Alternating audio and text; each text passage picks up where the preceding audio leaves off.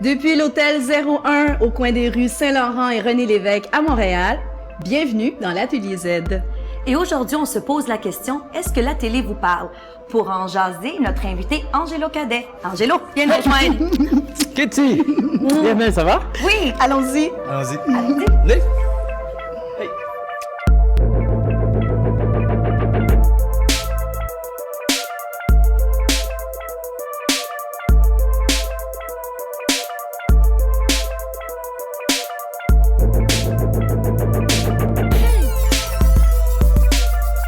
Bienvenue dans l'Atelier Z. Angelo Cadet, merci d'avoir accepté notre invitation. Merci, Kitty. Aujourd'hui, on va parler d'un sujet qui nous tient à cœur. Est-ce que la télé te parle? Oh! Parfois. Ah, ben voilà, Pas toujours. On saute dans le vif. C'est comme passionnément, un peu passionnément, ça dépend. La télé me parle moins aujourd'hui, en 2014, parce que je trouve que justement, il n'y avait pas d'émission auxquelles je peux avoir une espèce de relais, où on disait il y a quelques années, peut-être il y a 25 ans, on disait que la télévision devait être le reflet de la société. Et c'était un peu leur mandat statutaire. Aujourd'hui, la télévision, je pense qu'elle se lave les mains de tout ça, puis elle fait un peu, on y va par mandat et on y va par code d'écoute. Fait que les enjeux ont changé beaucoup. Et le problème, c'est qu'il y a beaucoup de gens qui délaissent la télé parce que ce soit les femmes qui se retrouvent pas, que ce soit les groupes ethniques ou d'autres sortes de types de personnes qui touchent à la société. Fait que les sujets sont parfois brûlants, mais d'autres nous touchent, ça laisse à désirer, j'ai fini par le dire. Mais écoute, on peut pas passer sous silence toute ton implication dans la télé québécoise. T'as travaillé, ben non, il faut le mentionner. Non, il faut le mentionner. Angelo, il faut le mentionner. T'as travaillé très longtemps à Musique Plus, Musimax, près de 10 ans. Là, dernièrement, à TQS, à Flash. En tout cas, T'as vraiment touché à tout. Tu fais de l'enseignement, de la mise en scène. Fait que t'es un excellent observateur de la scène médiatique québécoise. Depuis les 20 dernières années, de quelle façon tu vois que ça a évolué? Bonne question. Ben, c'est-à-dire que moi, mon parcours, j'appelle jamais ça une carrière, j'appelle ça un cheminement. Fait que j'essaie d'évoluer à ma façon. J'essaie de créer mes propres choses parce que attendre après que le téléphone sonne pour la télé, tu peux avoir une barbe longue à la fin, tu sais. Fait que je trouve que la télé a peut-être régressé en ce qui me touche parce qu'au niveau des rôles, par exemple, on m'offre encore des rôles de chauffeur de taxi ou faire partie d'un gang ou bien d'être un personnage qui a toujours un côté, on pourrait dire, weirdo, entre guillemets. Genre stéréotype encore. Stéréotype, ou bien quelqu'un qui est déconnecté de la société puis qui tu sais, fait que tu dis, est-ce que je pourrais pas jouer à quelque chose comme un notaire, un avocat, un agent double, quelque chose qui serait intéressant. Et je trouve qu'il y a 20 ans, on parlait de ces sujets-là. C'était des sujets brûlants. Puis aujourd'hui, on en traite encore. Fait que je trouve que de ce niveau-là, la télévision a régressé. Donc, plus ça change, plus c'est pareil. Ouais. Mais c'est en quelque sorte un beau problème pour toi parce que ça t'a permis de te renouveler. Ouais. T'es toujours aussi pertinent et même, je pense que tu l'es encore plus parce que tu travailles avec la relève. À quoi elle ressemble, la relève? Elle est organique, elle est énergique. Je pense que la relève avec le web, ça lui permet de déployer toutes ses ailes parce qu'avant, passer dans une émission, c'était un petit peu complexe. Fallait que tu fasses des auditions, fallait que tu fasses une école, fallait que tu sois autodidacte, mais tu as suivi des ateliers. Aujourd'hui, beaucoup de gens peuvent faire leur émission web, télévision, grâce au web justement. Fait que c'est plus facile. Par contre, je trouve que les gens, ceux qui veulent faire, exemple, journaliste télé, des fois, ils ont pas fait leur petite classe avant. Et qu'ils se lancent tout de suite, puis on voit tout de suite les faiblesses, on pourrait dire, puis ça fait que des émissions marchent moins longtemps parce qu'ils étaient pas prêts. Mais par contre, on a plus de chances à créer. Au niveau de la création, c'est génial. Moi, en tant que créateur, je trouve qu'on peut faire tellement de choses. Puis grâce au web, en tant qu'acteur, ben on va faire des rôles. J'ai joué un mafiosi italien haïtien. J'ai joué un riche pakistanais homosexuel. Toutes sortes des trucs assez éclatés. Fait que c'est vraiment intéressant. Dans d'autres temps, t'aurais pas fait nécessairement la télé. Exactement. Tout à fait raison. Mais la question porte le mot-clé aussi. Est-ce que la télé te parle? Mais est-ce que tu écoutes la télé, Angelo? Non! Du tout. J'écoute plus la télé. Pourquoi? C'est drôle. Pourtant, je me faisais un devoir d'écouter la télévision, je me faisais un devoir d'écouter les nouvelles. Maintenant, je prends mon pied. C'est-à-dire que j'aime mieux écouter la radio. J'écoute que la radio à la Radio-Canada. Au niveau de l'information, c'est intéressant. Quand je travaille, j'écoute la radio en même temps. Et je vais chercher, c'est ça qui a tué un peu, exemple, Musique Plus, c'est un peu ce qui a tué la télé. YouTube a tué Musique Plus parce que les gens n'attendaient pas à être programmés à attendre le dernier clip de Madonna. T'allais sur YouTube. Pourquoi attendre 3 heures? Et la même chose, tu peux aller sur Tout TV, tu peux aller voir les émissions que tu veux, tu peux aller voir les émissions américaines. Fait que tu deviens ton propre programmateur télé. Fait que quand tu ouvres la télévision, on est rendu à faire, tout le monde fait la même chose, on fait le tour, on zappe. Finalement, tu te complais à faire à écouter une émission, puis tu dis, bon, celle-là, elle est moyenne. Quand tu as vu tous les 19-2 puis les 8 et 9, tu vas voir d'autres choses. Mais ça mène pas à une autre situation, parce que moi, écouter la télé, oui, des fois on tourne en rond, mais ça me permet de découvrir des nouveaux programmes. Tandis que sur le web, il faut savoir ce qu'on cherche.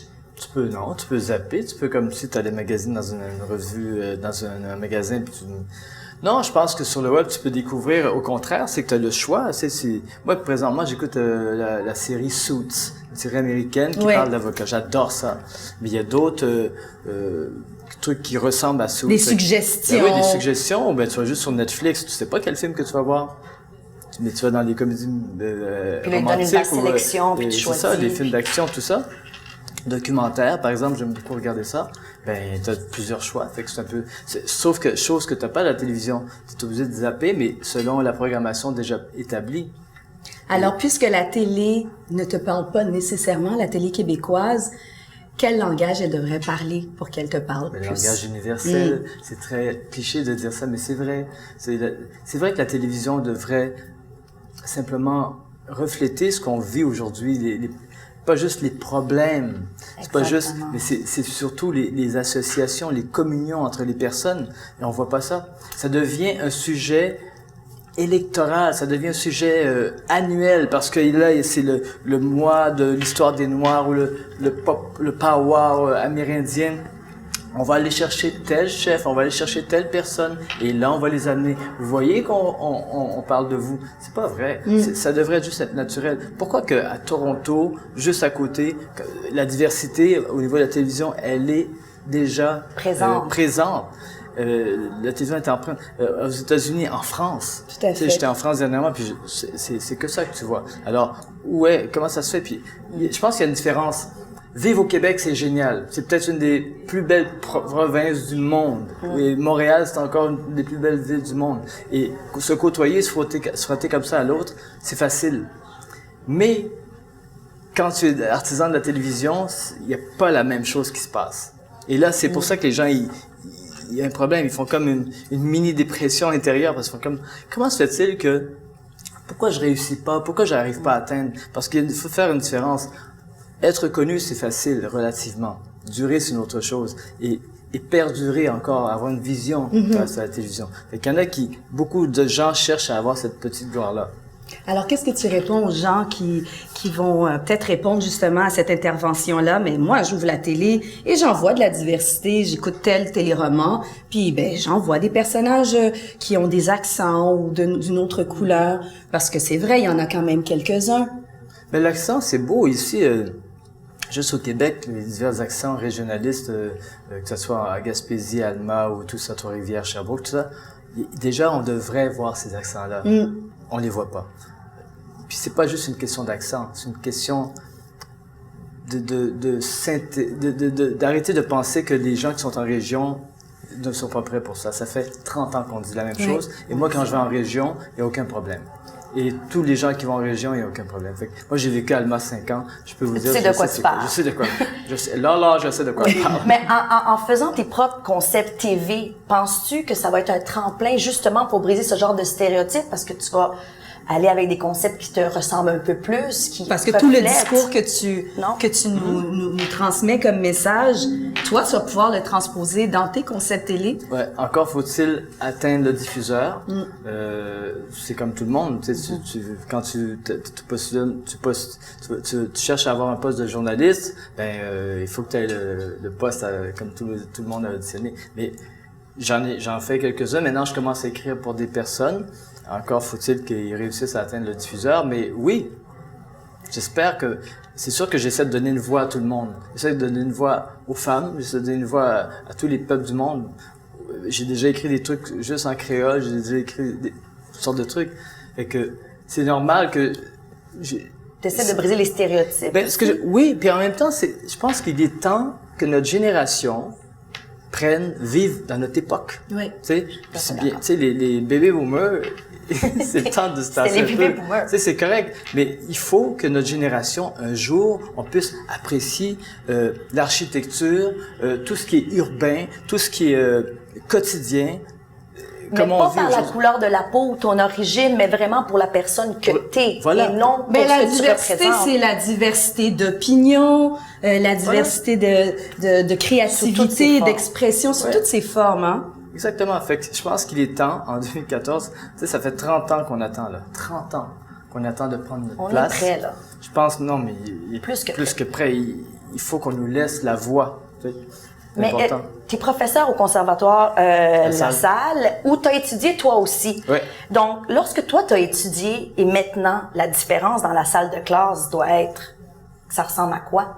Quand toi t'as commencé, étais-tu le seul? Oui, Et puis maintenant, là, c'est rendu, j'imagine, c'est comment tu oui, fais là, ça? maintenant, il y a beaucoup de Québécois, mais il y a beaucoup de gens de toutes les origines, que ce soit Amérique du Sud, Haïti ou Asie. C'est ça qui est génial. C'est parce que le Québec grandit.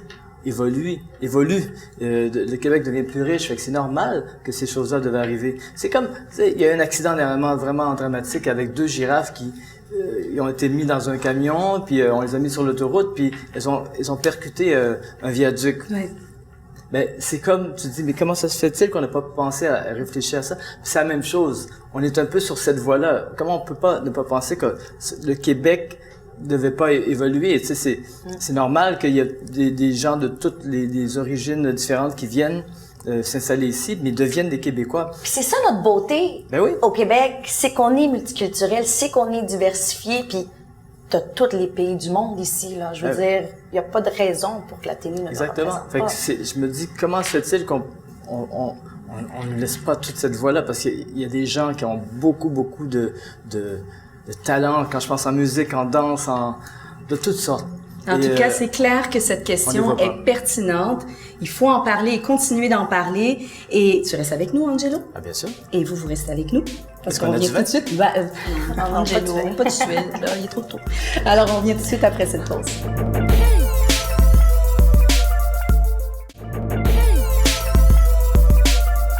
De retour à Atelier Zen, on se retrouve à l'hôtel 01 au coin des rues René-Lévesque et Saint-Laurent à Montréal. Et toujours avec nous, notre invitée Angela Cadet et nos 2 belles chroniqueuses, Madoua et Maladina. Bonjour.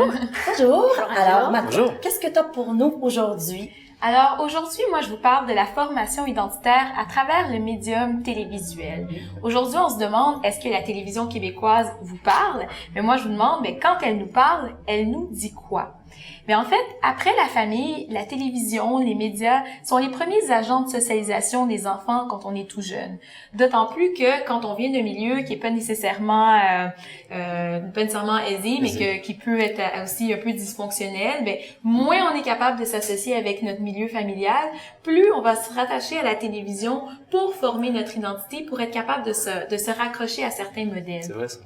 Donc, on a besoin de ces modèles-là. Puis, si notre famille est pas nécessairement là pour nous dire, pour nous faire ressortir notre esprit critique, nous faire analyser ce qu'on voit au petit écran, mais alors là, on s'identifie. Puis donc, ça peut être un moyen de renforcement à ce niveau-là. Mais sauf que quand elle ne nous parle pas, ben alors là, ça peut être un facteur de repli.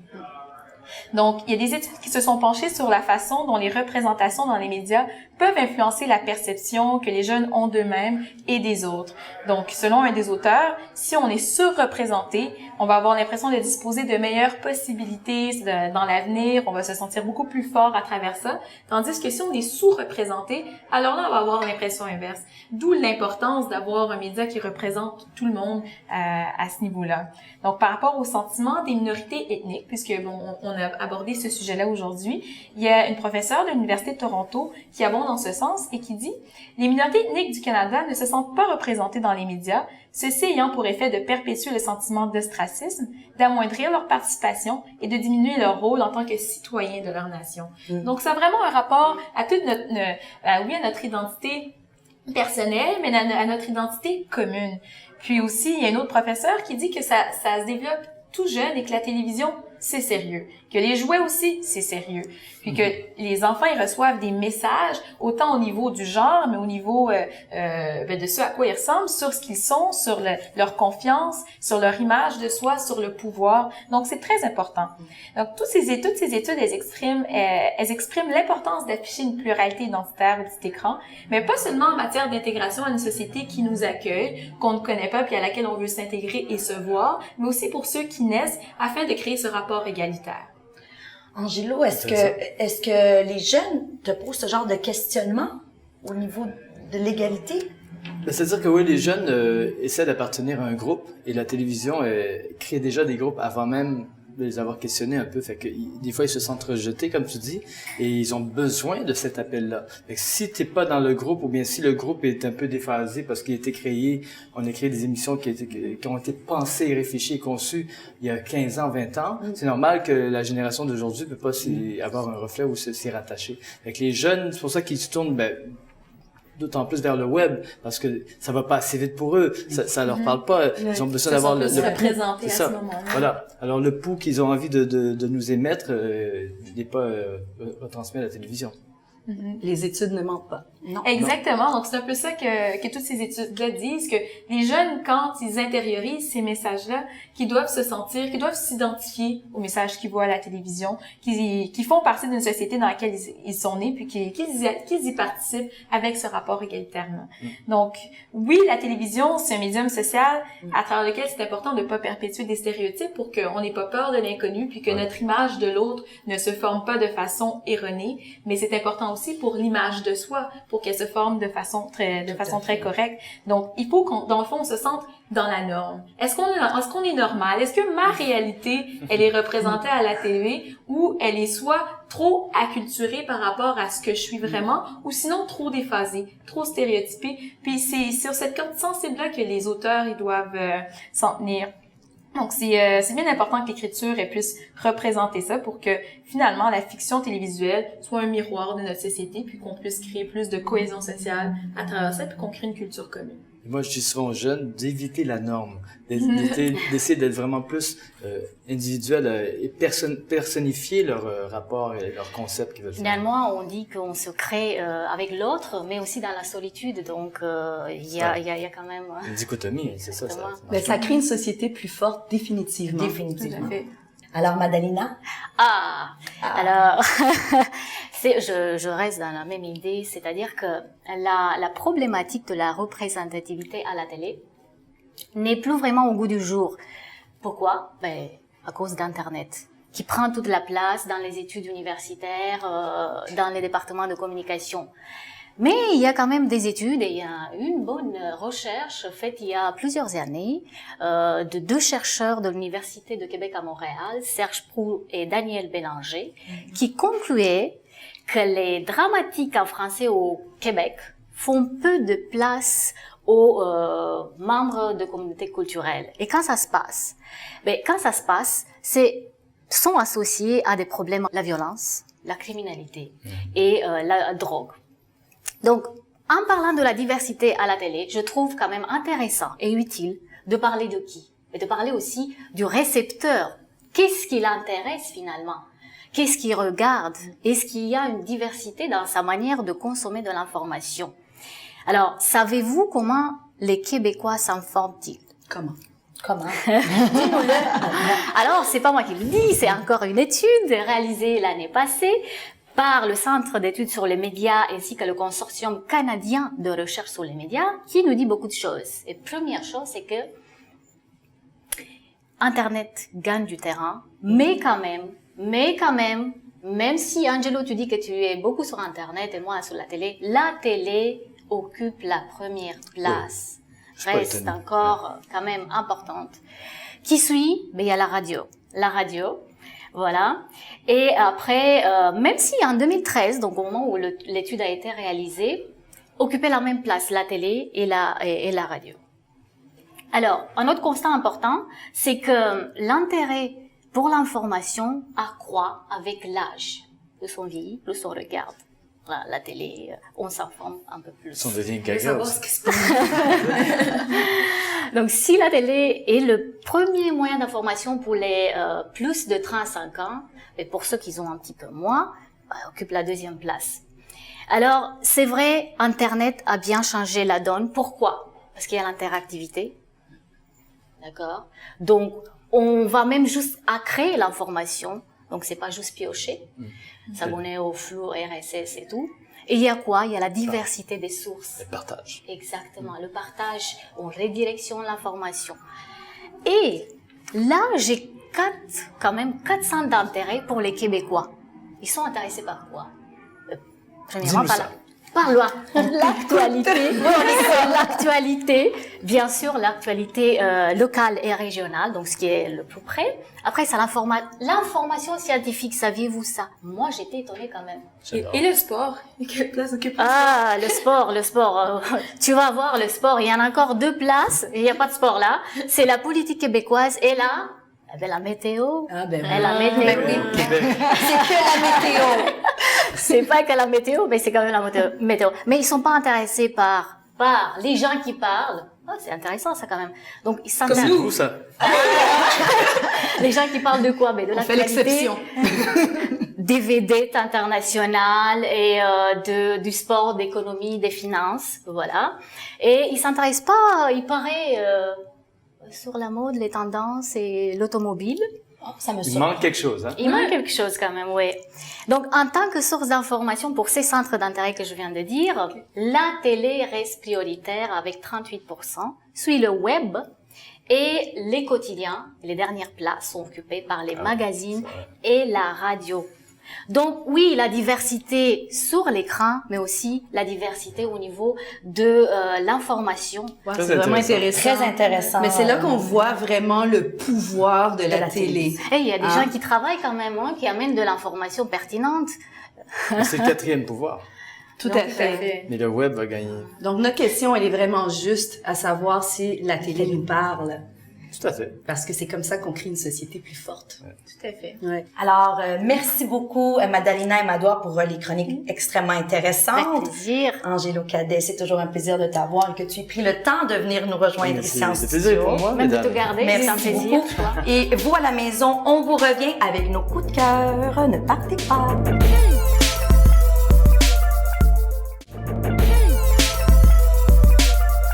De retour dans l'Atelier Z pour la conclusion. On y va avec nos coups de cœur. Alors, je commence avec le mien. Et alors moi, aujourd'hui, je vous parle de ces gars-là.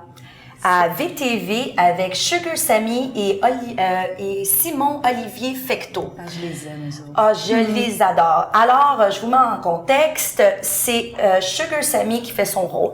Sam, un jeune Indien de 32 ans, qui est libéral, anglophone, qui habite toujours chez ses parents. Il peut pas défaire le cordon ombilical. Et Simon qui interprète un Québécois pur laine, né à Victoriaville, qui est sur le plateau Mont-Royal. Alors, les deux qui sont un peu loser, un petit peu. C'est personnage qui crée à l'écran. Vraiment. Et puis, il nous amène l'actualité d'aujourd'hui du Québec de façon humoristique, avec humour. Et j'ai vraiment adoré ça parce que j'ai trouvé ça extrêmement rafraîchissant. J'ai trouvé ça différent. Je me suis sentie interpellée. Très près de la réalité. Très près de la réalité et j'avoue que j'étais pliée en 4. Si vous avez manqué la première saison, c'est pas grave parce qu'ils en font une deuxième.